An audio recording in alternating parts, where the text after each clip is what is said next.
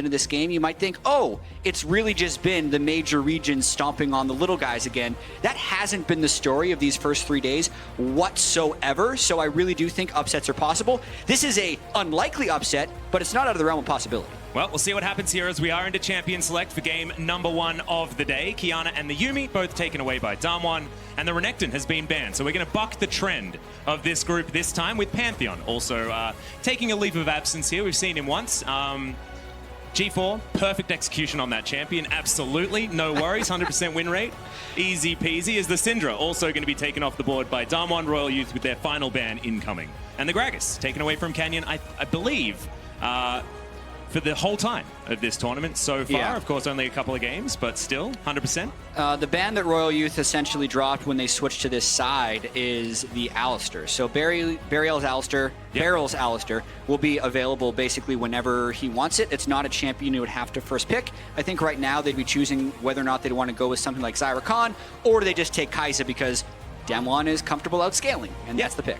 And also, Nuclear, he really likes picking Kai'Sa. He's picked it 100% of the time thus far, and look, if it's been working, which it sort of has, not entirely sure whether you'd say working when they have a gold deficit on average as far as the bottom lane is concerned, but that's not what we're focusing on for Damwon Gaming, is the Xayah Lee Sin comes in here on Royal Youth's side. Yeah, and this is actually something we've seen other teams do. Looking through my sheet, it was actually Hong Kong Attitude that did Rakan Lee Sin and then later Xayah, so they really just wanted to secure the Lee Sin jungler earlier on. And then, of course, you're going to be able to counter that with the Rek'Sai because you can unburrow as he takes the Q towards you. And no big surprises here. Damwon just going for the scaling again, and Royal Youth doing what we expect. Yep, the color coordination on the red side. It is certainly not the first time that we've seen. But the Vladimir's been taken away, so the combo has been broken. I know, and it was so blue. We were doing so well on Damwon's side, but of course, when it's Vladimir, this is something that you will never discount Damwon for taking. And this could be going to Nogri yet again, but Showmaker is, of course, a fantastic Vladimir player as well. It's why this pick is so strong for this team specifically. The Leona to be taken away as far as the answer to Rakan is concerned. I like that a lot. Leona's been popping her head up into the Rakan a whole lot of times. I do hope that Royal Youth does decide to throw out the Alistair ban for their own good. Yep. But as far as wanting to see some good Alistair, I hope they don't ban it. Yeah, I mean, I like Barrel's Alistair a lot. It didn't see all that many bans in the LCK. Yeah. It was mostly because we had Tahm Kench meta, we had Yuumi's going around everywhere, the Nautilus was such high priority. It just wasn't necessarily the champion in the meta that was so strong, but over at Rift Rivals, he certainly showed that he was one of the best in the world, if not the best, on that champion. Yeah, I think it's going to be interesting to see how Damwon approaches these pick ban phases, because I actually feel like they have the luxury of not only going for the most present meta pick in every draft, but instead show a little bit more flair and style, which could then work to their advantage in the bracket stage and in the finals, right? So like that's why I think Barrel should pick Alistair, because if people focus on Alistair, that'll be more likely for him to unlock Nautilus or something like that later. Do you know what I heard from you just then? All I heard was Showmaker's Katarina. That's all I heard. He was a Katarina one-trick, Jat. Oh, a Katarina one-trick, and we haven't seen it in the LCK thus far. He's he played one game of it in the Kesper Cup, beginning of the year, of course, end of last year, more likely. But I want to see it all the time. I want to see it. And he builds Gunblade and Death's Dance. It's just so much fun. It's going to be Akali. I know. I mean, he's also one of the best Akalis in the world. He's probably the best Akali in the world. The amount of... Okay, they just went the Nautilus. That's fine as well. Damwon has a lethal comp. It's incredible. The only small criticism would be it's a little heavy on magic damage. So if the Kled does get going and build stuff like Maw, he will actually be a little bit of a drain tank, but that's fairly unlikely to happen, and I kind of love Damwon's team comp so far. And it depends what Nuclear is going to do as well. We've seen a lot of these hybrid builds, things like that, a lot of AP, especially out of Nuclear. It does like the AP build is, all right, Xiao going for the Galio in the mid lane. We've seen this pop up, but it hasn't necessarily been the pivotal Galio that we've seen in the past. Of course, not being able to taunt flash is not necessarily as flashy, but all of those numbers are pretty high, Jack. Yeah, and also, he's good at following up with Rakan engages. Yeah, and Lee Sin as well has got a lot of options. Yeah, previous World Championships, we've seen Galio comboed with good engage to be very strong. It's just when he can't then give his own engage, the ability to play through him in mid lane is a lot lower. So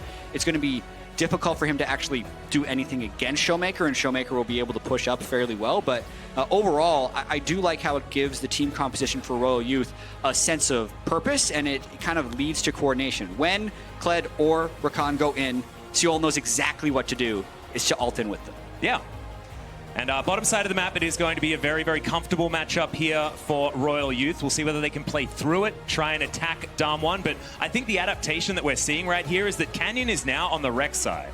And Rek'Sai, she's just a lot better at getting things done in the early stages of the game. Everyone loves that that Hail of Blades, so you can basically one-round people with just a Q and a few autos.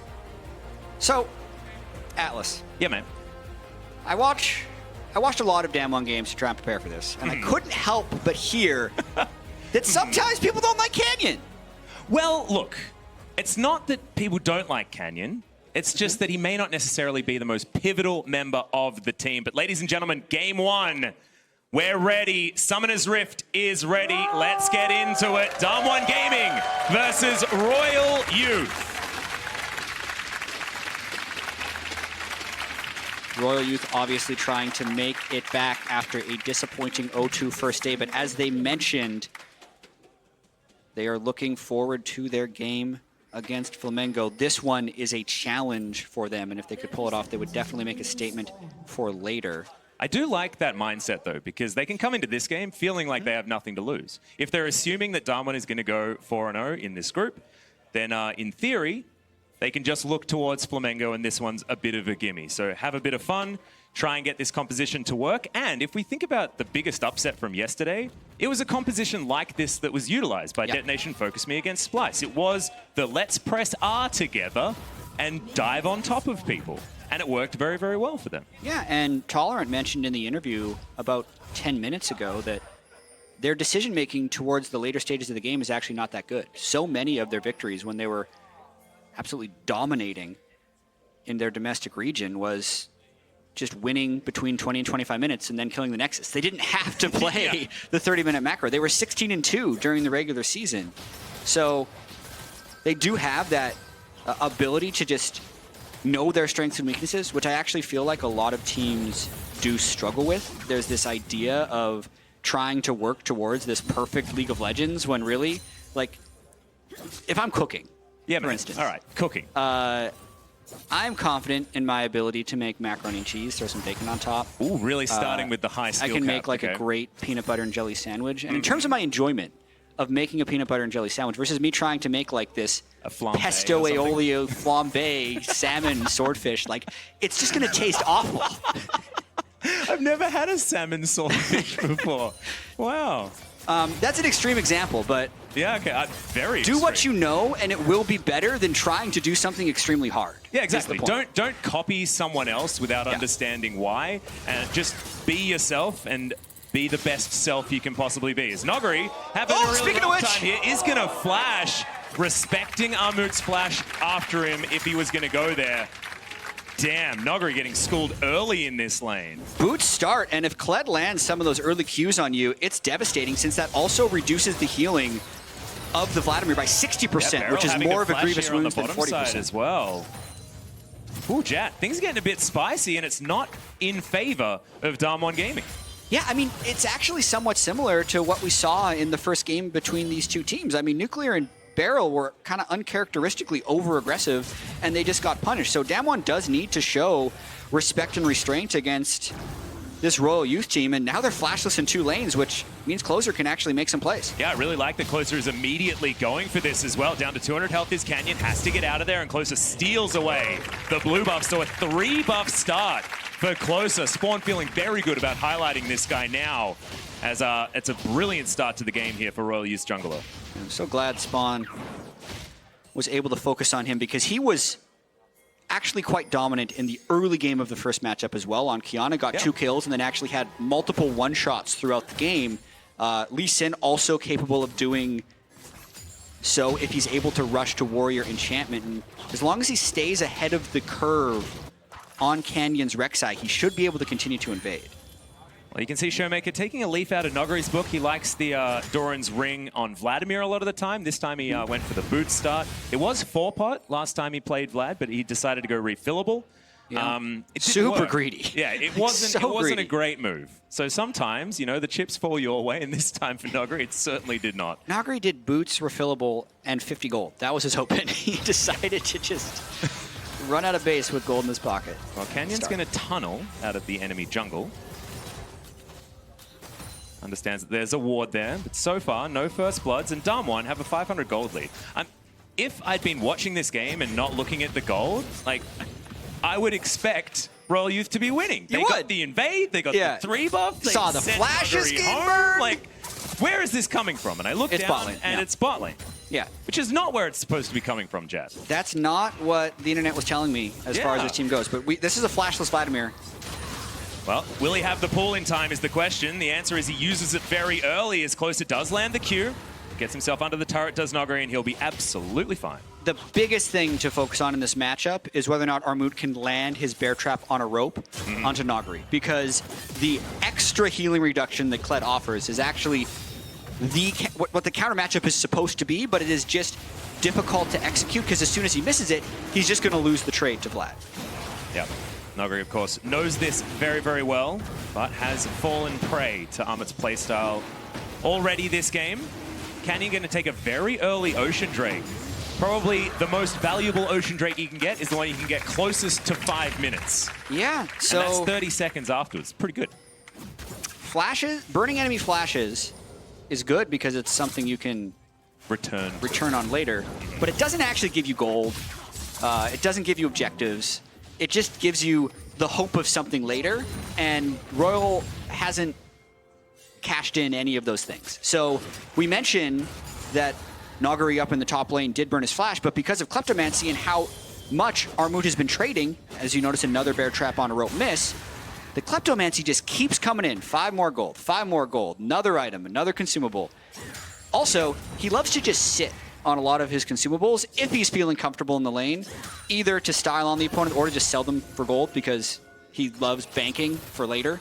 Yeah, he also, he's been outspoken about the sacks of gold. He's like, why would you press the button straight away when you can have that sack of gold sitting in your inventory, so every time your opponent presses tab, they see that they're just stealing money out of your pockets.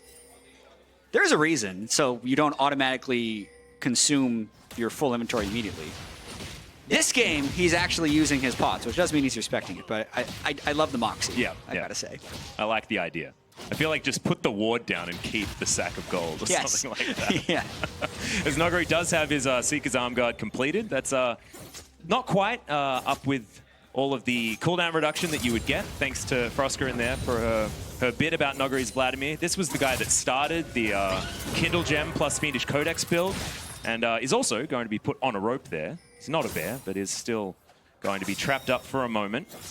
But yeah, he was the guy that sort of began that Kindle Gem 40% CDR at level 9 type Vladimir build that became so popular when he was just so strong. This could be a big gank if Lee Sin's able to get in there face checking.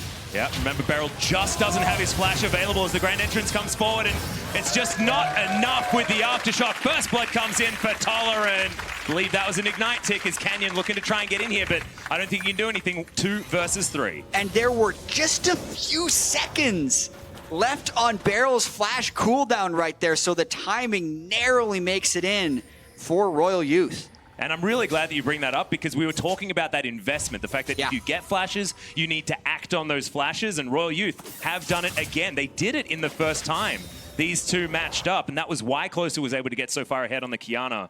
So we have a look at this one again. Just a nice kick backwards, not using too much, knows he doesn't need to use the flash on Lee Sin. Closer doing a good job hitting level 6 first before Canyon is able to make it down bot lane as well. So got to continue to make these plays happen. Watch the Lee Sin ult cooldown, because as soon as that is back up again, he should make a repeat elsewhere, probably bottom lane. It's probably too hard to gank the Akali or the Vladimir. I think it's really cool, though, the way they played that one out, because Aftershock is a fantastic rune if you can get some CC down. But what they recognized is, if we layer this CC, if we get that kickback into the Grand Entrance, then The Nautilus is actually very squishy. And speaking of squishy, Seal's going to be relatively after that Aftershock wears off, but thankfully gets the safety of his turret. Beryl again under fire. Nuclear comes back. He's got a lot of items, and I like this, going for the more AD focused build. I think so as well. And I think when we look at a team like RYL Youth, you could tune in and see that they're 0-2, but I think play-in is such a small sample size for these teams. They play the whole year. They prove that they're the best in their region. They beat Supermassive. They're very proud to be representing their region here. And they know that they need to do better, and I think they can do better on this day. This doesn't mean that they can beat Damwon, but definitely don't count this team out. It'll be a mental hurdle for them for sure if they do lose this game and see themselves sitting at 0-3, but that actually doesn't mean they're eliminated yet, just based on how these groups can play out. Yeah, and I can imagine a lot of people went back to try and work out who RYL Youth were. They watched their final, and it was very sloppy. Honestly, it felt like Supermassive probably should have won that series in Game 4, but if you look at their regular season, as far as game score, they were 14-2. It was utter Here's the return. Regular season is another kickback here onto Beryl. Aftershock much more valuable this time around as teleports are coming in, and Beryl isn't even dead yet. Closer, gonna have the ultimate coming down on top of him. Seal is going to visit. Not gonna find too many taunts just yet, but Showmaker obliterates the backline once again. Finds Pilot. Can he find the kill? Not going to. Canyon's coming in. Dive forward. The Prey Seeker isn't going to get there as the control ward goes down. He's by himself as he launches his way forward. Dredge line lands under the turret. It's a party in the early game. Very close to 11 minutes. A stopwatch from Beryl, and Nuclear is the one that picks up the kill on the Galio. I can't blame RYL Youth for going for that play. It was the cooldown of the Lee Sin kick.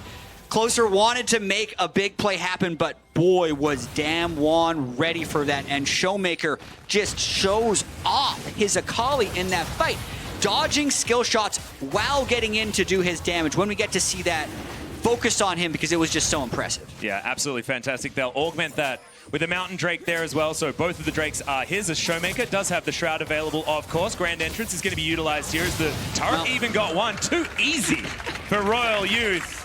I think Showmaker didn't believe that the turret range was going to get him shot just there. As we have a look at the bottom lane, so let's have a look at him being good for a moment. Forget about what you just saw. A minute ago, he was awesome. So the play starts, and Beryl does get the Aftershock out when the damage was trying to land. And watch this, just narrowly getting outside the Galio ultimate, dashing back in, and then watch this flash. After he takes his E in to get Pilot extremely low, and then because Pilot is so low and there's still 4 people, he's got to completely bail, and it allows Damwon to just kind of pick their spots right there. Tolerant does sacrifice himself. He was mainly preventing Xayah from going down as well, because otherwise Canyon may have tried to do a flash Q into ultimate, and Damwon just cleans up during the turret dive. Yep, really nice work there from Beryl as well. Utilizes his stopwatch to keep himself alive, as Closer is going to be able to take down Shelly 12 minutes into the game, 2 minutes to utilize her to get some plates here in either the mid lane, or he can move down to top or bot. Should be absolutely fine. Yeah, gold lead kind of blown wide open there, as well as the 2 Drakes, but we do have to point out that Nagari's teleport was canceled by Armut's Kled, and then also Nagari burned Flash. So I think what happened is Kled would have interrupted the teleport with the bear trap, and since he had landed the bear trap, that's exactly what he wanted, and ended up burning Nagari's Flash. So we may be able to see a play happening top lane, although Nagari's burned his Flash before, and Closer wasn't able to make it back up there. And it was a flash for flash between the 2 top laners as well.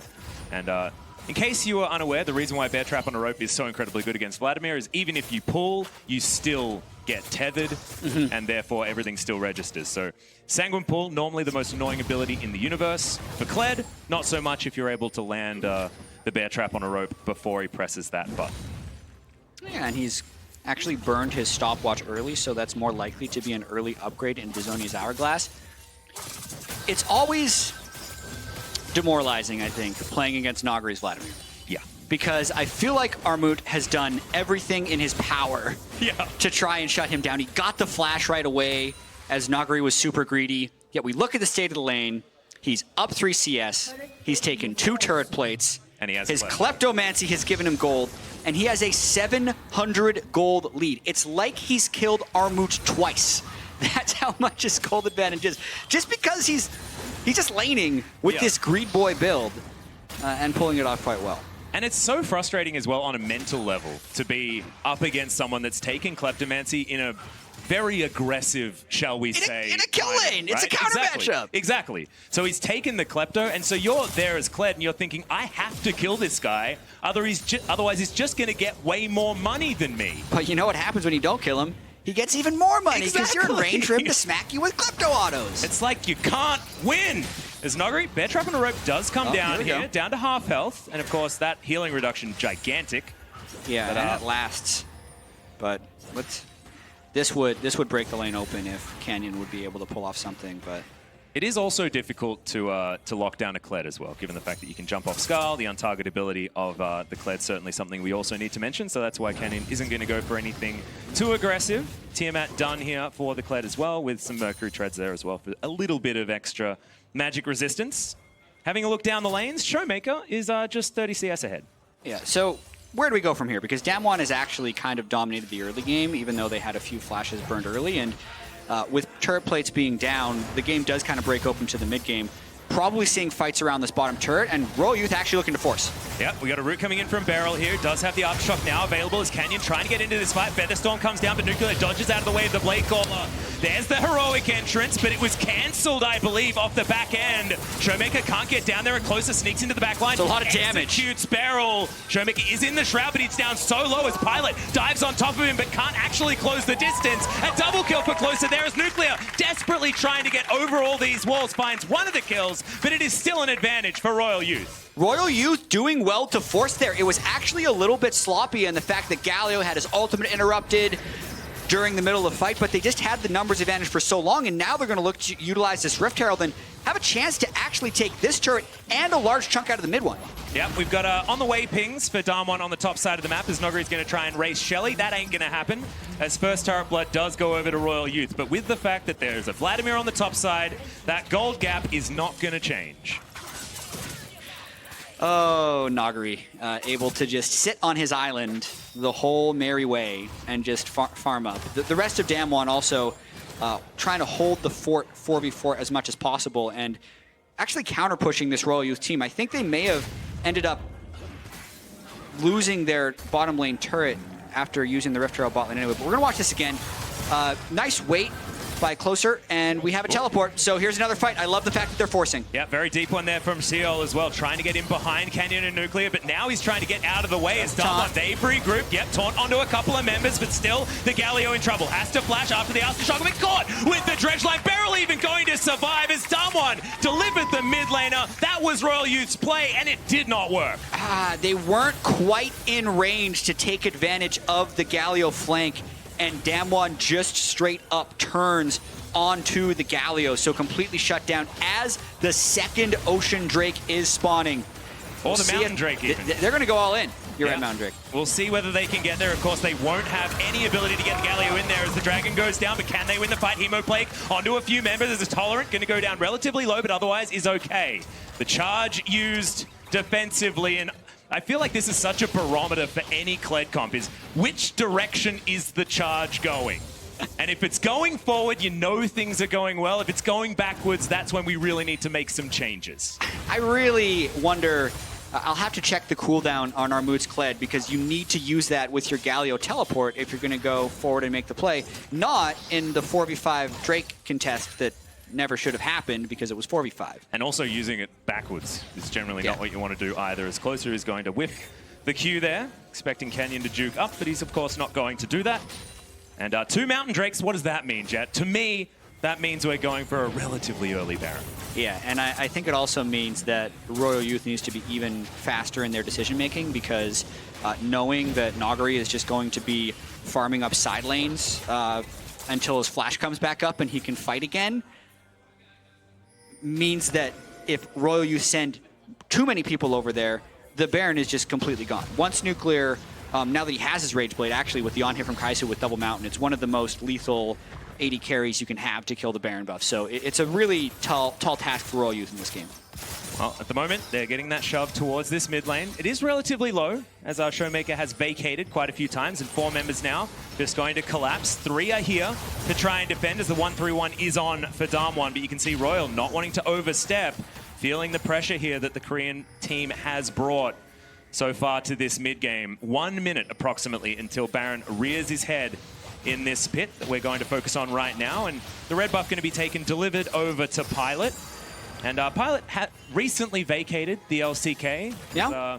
A sub for Maha on MVP, and in fact was a lot more impressive in a lot of the games that he was playing. Of course, before that was a sub for Captain Jack on Jin Green Wings in like 2014, 2013, something like that, if you want to go all the way back. Wasn't Pilot also on PSG for a short time when Yellow Star started that? He did a few tours around before he settled here in Turkey, but I have actually been quite impressed by a lot of his play, and especially during the regular season. He was the banking 80 carry, playing a heck of a lot of Sivir. Yeah, I think Royal Youth plays a lot around Armut normally, which is why it's actually a little bit surprising they haven't done that to try and shut down Nagari's pretty greedy Vladimir build, and then Pilot would just carry because he's good, right?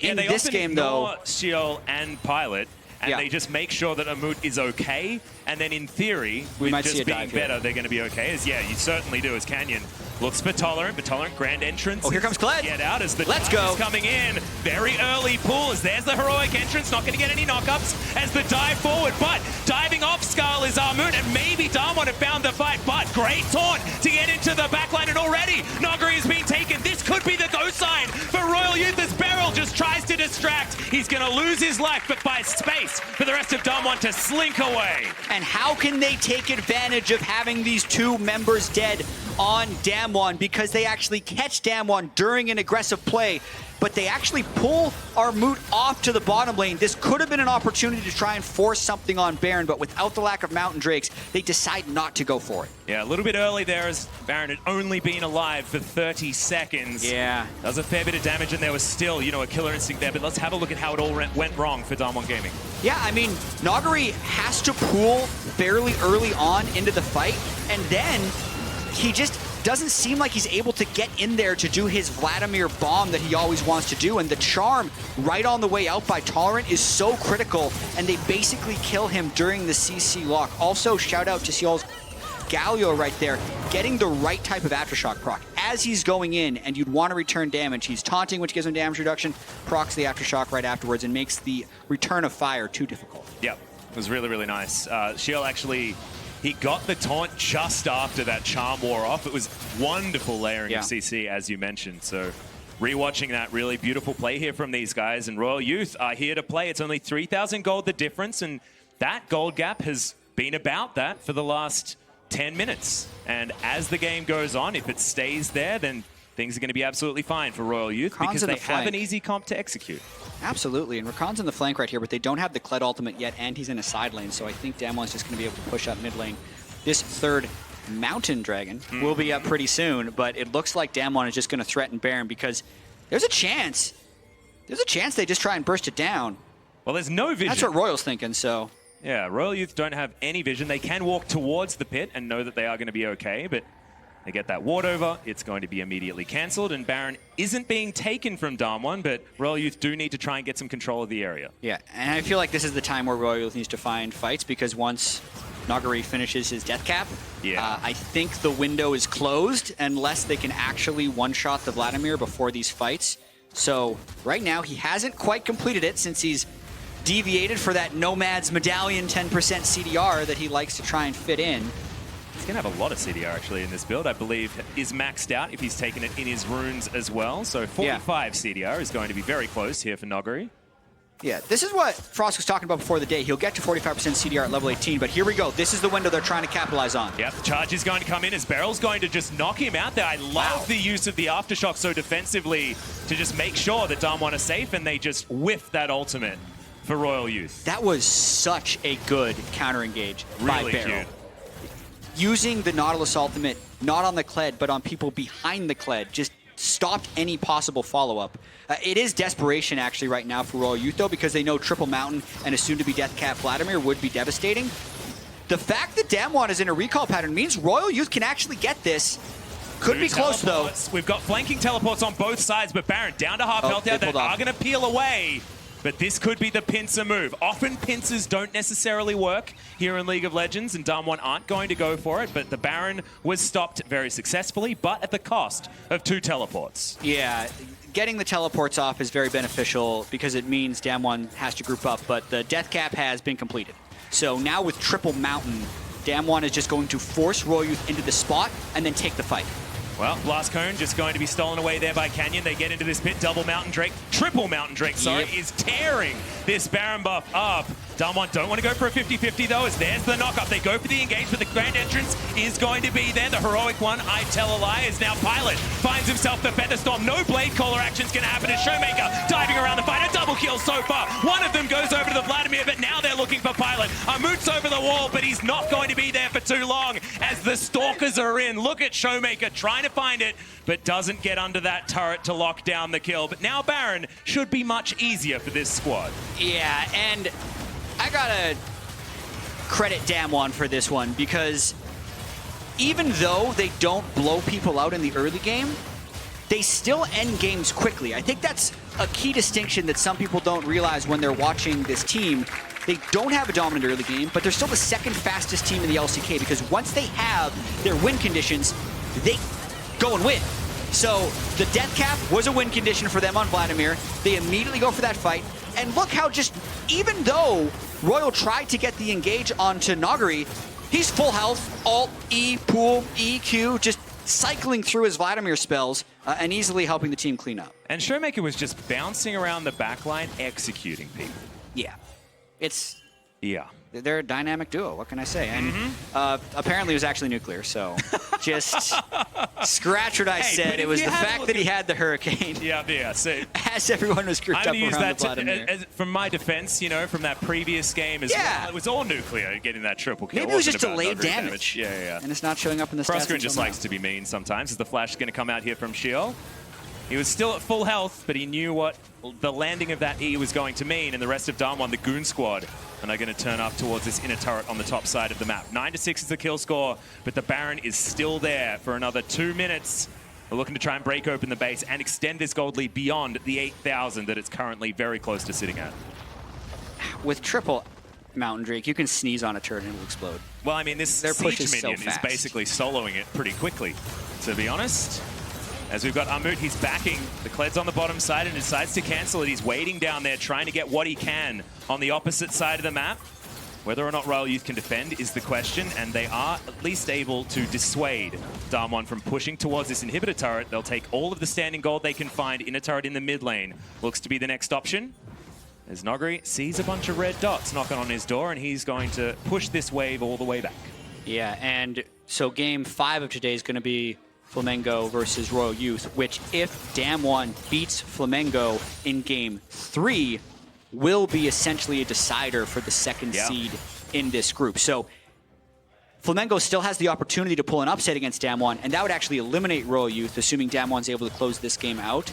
So a lot of things still contingent on the rest of the day. Damwon, of course, if they win here, they will secure knockout stage, but they won't secure first. Because Flamengo can then beat Damwon and beat RYL Youth and then be even with them at 3-1. So we'll see whether Damwon can secure that first seed after game 3 or whether it is going to be waiting until that game 5 that you were talking about. An exciting group though, as Damwon at the moment looking like this game is in the bag, but still a whole lot could change even after this. I mean, we've been able to see some signature Showmaker Akali, some repeat of Nagari's Vladimir greed build. He now has the Void Staff as well. You go Void Staff third item if you just don't need any utility whatsoever. And Nogari just does it basically every game. Yeah, I think this Nomads works like only on Vladimir. I'm trying to think of other champions that you could pull this off on because it's not gold efficient when you buy it. It really is just the CDR. Like it's one of the cheapest ways you can get 10% CDR, and then eventually it will pay for itself. He almost never gets the gold coins because if you last hit a minion, it doesn't drop a coin, mana or gold. And if you're alone in a lane, no gold coins can drop, even if you're missing CS. So he's very rarely picking up coins towards a support quest. He's just using some of the passive gold per 10, but assuming he waits, it does become the cheapest form of 10% CDR. Yeah. He just didn't want to build a proto belt because proto belt isn't a death cap. Yeah, I mean, building the Nomads delayed his death cap. Technically. Well, yeah, in theory. But I just wanted to get to that CDR, which is very close. It'd be like, what, 43.5% CDR, which is a lot. It's more than you should have, as the charge is going to be in. It's used defensively once again from Armut. Gets towards a back timing, but the base is still standing here from Royal Youth. They haven't lost any inhibitor turrets just yet. They've just lost a heck of a lot of gold around this map. 10,000 gold is close to the lead. 5 Drakes have already been taken. We've got a 6th. This is what happens when you get a 5.5-minute dragon. This is true. And all 6 could go to Damwon. Yeah. When's the last time you've seen that? I haven't seen I 6 almost Drakes never for a really long time. Yeah. I've seen 6 Drakes in games, but they almost never all go over to the same team because usually the game's over by then. Yeah. Well, here's an engagement. We're looking for Beryl. Aftershock is going to be there, down to about half health as he does get the flash dredge line in order to get out. Featherstorm's there from Pilot, who flashes over the wall to secure the kill, but now Nuclear diving into the back line. Boom goes the dynamite, and 2 kills are already there. Meanwhile, Showmaker and Canyon were just executing the Galio as the teleports are in. We're looking for the end of the game. Yeah, I'm going to go out on a limb and say we're still not going to see the 6th Drake. Oh, I know. It's frustrating. Oh, 4 man. minutes in. Oh, can we delay? Can we delay, guys? Yeah, I'm glad Royal Youth went for a fight there because they were inevitably going to get bled out as Vladimir builds more and more items. But it looks like, this is going to be the end of the game. 20-second death timers on both solo lane carries and the triple mountain as Damwon try and push through for the end. Yep, no charge on Armut as well as the Nexus turrets are now the targets. In goes Tolerant, gets the grand entrance and lands it there onto Nuclear as well, but he's only going to lose half of his health bar, and Showmaker is destroying the back line, which consists of only a Kled. Closer turns up, but that's 1E, and he's down to 2/3 health. The Nexus is the focus. Showmaker goes golden, as at least one of the kills does come in for Royal Youth, but now it's 3-0 for Damwon, who secure knockout stage. GG for Damwon. They said after day 1 they were playing at 10%. Is this 20, Jack? Yeah. Where do you think we're at? So, I think they were not playing at 10%. I think that was an exaggeration. Yeah. I'll say they were 45, and this was a solid 70. Okay. Yeah, because they still had some of that sloppiness in the early game, but as terms of hitting their power spikes, getting to their items, and then making something happen, I think Damwon did very well. Yeah, and I think this was also the Showmaker that he wanted to show on his first day out here as well. This was the flashy player. This was diving the backline, executing exactly how he wants to on this Akali. This is what we wanted to see on the world stage. His performance versus King's Own Dragon X, that one play on the Akali, just probably some of the best League of Legends that we saw in the LCK Summer Split. A joy to watch and so good to see at least a bit of it represented.